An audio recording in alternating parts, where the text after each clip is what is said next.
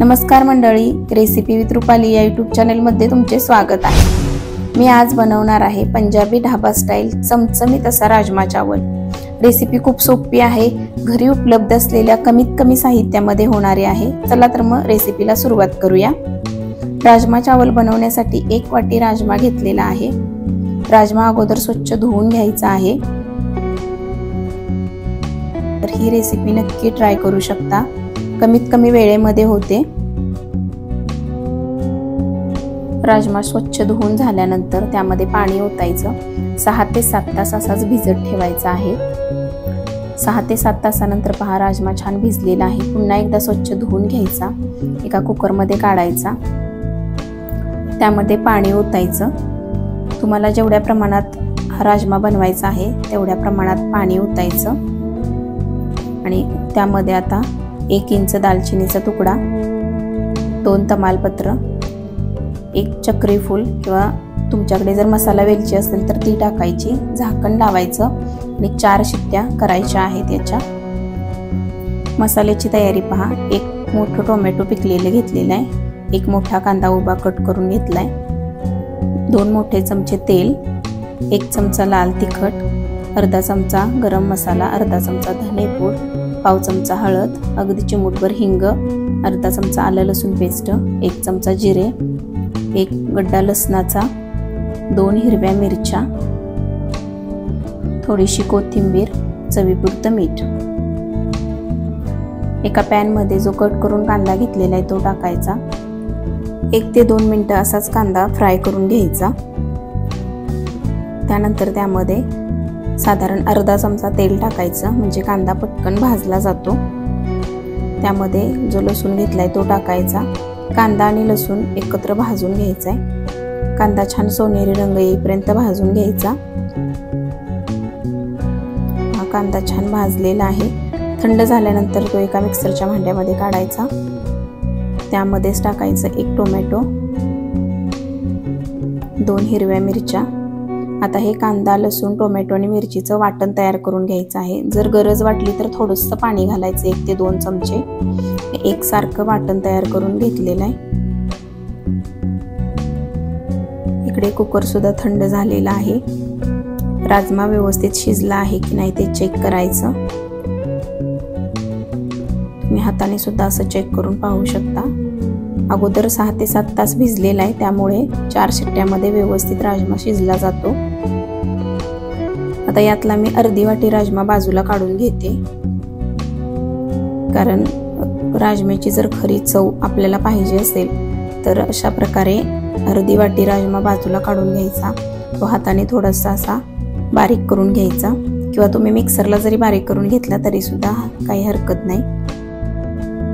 अशा प्रकारे राजमा बारीक करून घातल्यामुळे काय होतं तर भाजीला जो दाटसरपणा हवा आहे तो येतो। कोणतेही जास्त मसाले वापरण्याची गरज लागत नाही आणि राजम्याची मूळची चव आहे अशीच राहते।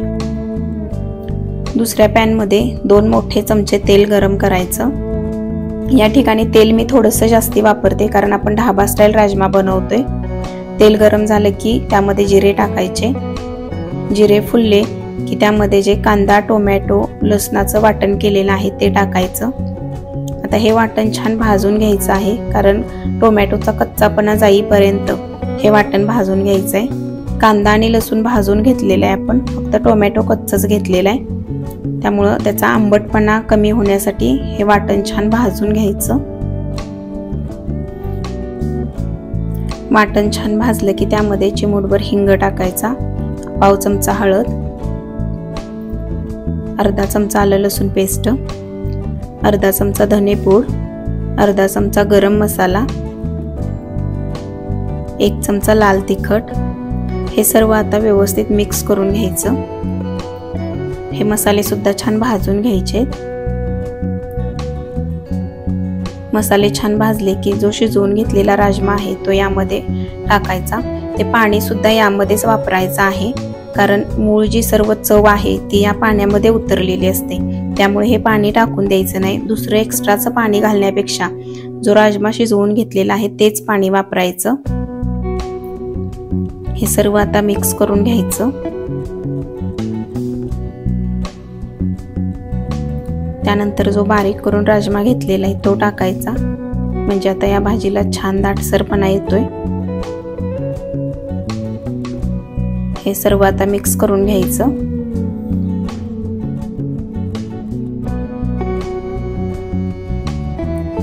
त्यामध्ये आता चवीनुसार मीठ टाकायचं। पुन्हा एकदा हे छान मिक्स करून घ्यायचं। छान उकळी येऊ द्यायची। उकळी आल्यानंतर यावरती झाकण लावायचं आणि साधारण एक 5 ते 7 मिनिटं हे असं शिजू द्यायचं। थोडंसं आटवून घ्यायचं। त्यामध्ये थोडंसं तूप टाकायचं। हे ऑप्शनल आहे, तुम्हाला जर नको असेल नाही टाकलं तरी सुद्धा चालेल। वरून बारीक चिरलेली कोथिंबीर टाकायची। व्यवस्थित मिक्स करून घ्यायचं। तयार आहे चमचमीत असा राजमा। आता इकडे जिरा राईस बनवण्यासाठी 1 वाटी जुना बासमती तांदूळ घेतलेला आहे। 1 चमचा जिरे, 1 चमचा तूप, चवीनुसार मीठ आणि कोथिंबीर। तांदूळ अगोदर स्वच्छ 1 ते 2 वेळा धुवून घ्यायचे आहेत।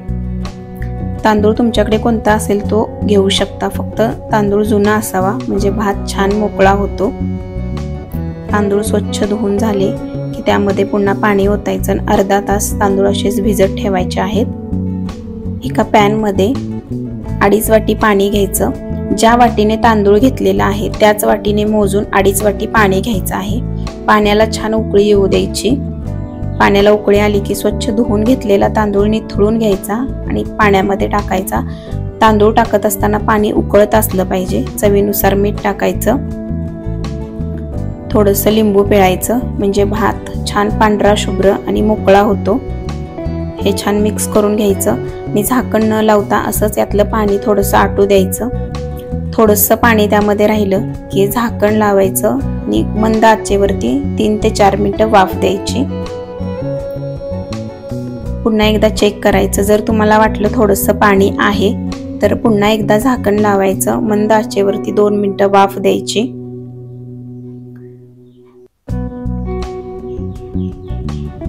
छान असा भात तयार झालेला आहे। वरून 1 चमचा तूप सोडायचं म्हणजे तुपाचा फ्लेवर या भातामध्ये छान उतरतो। हे व्यवस्थित मिक्स करून घ्यायचं।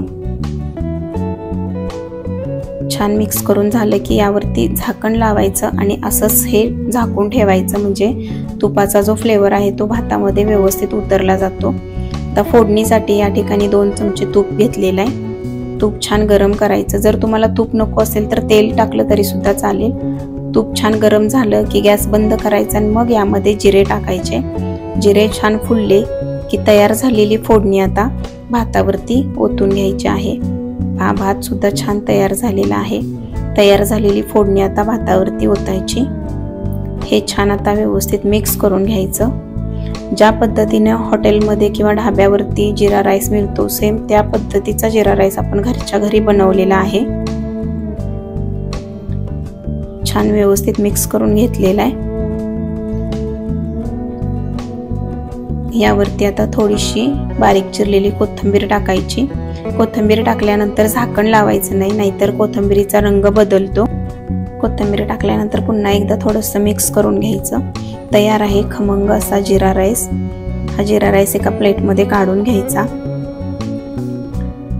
त्याच्यासोबत तयार केलेला चमचमीत असा राजमा आणि जिरा राईस अप्रतिम कॉम्बिनेशन आहे। रेसिपी नक्की एकदा ट्राय करून पहा।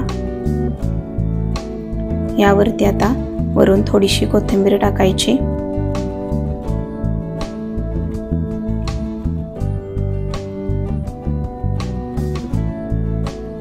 त्याच्यासोबत आता लिंबू आणि कांदा। तयार आहे चमचमीत असा राजमा चावल। रेसिपी कशी वाटली कमेंट करून नक्की सांगा। अशाच खमंग चमचमीत रेसिपींसाठी चॅनेलला जर सबस्क्राईब केलं नसेल तर पटकन चॅनेलला सबस्क्राईब करा। थँक्यू।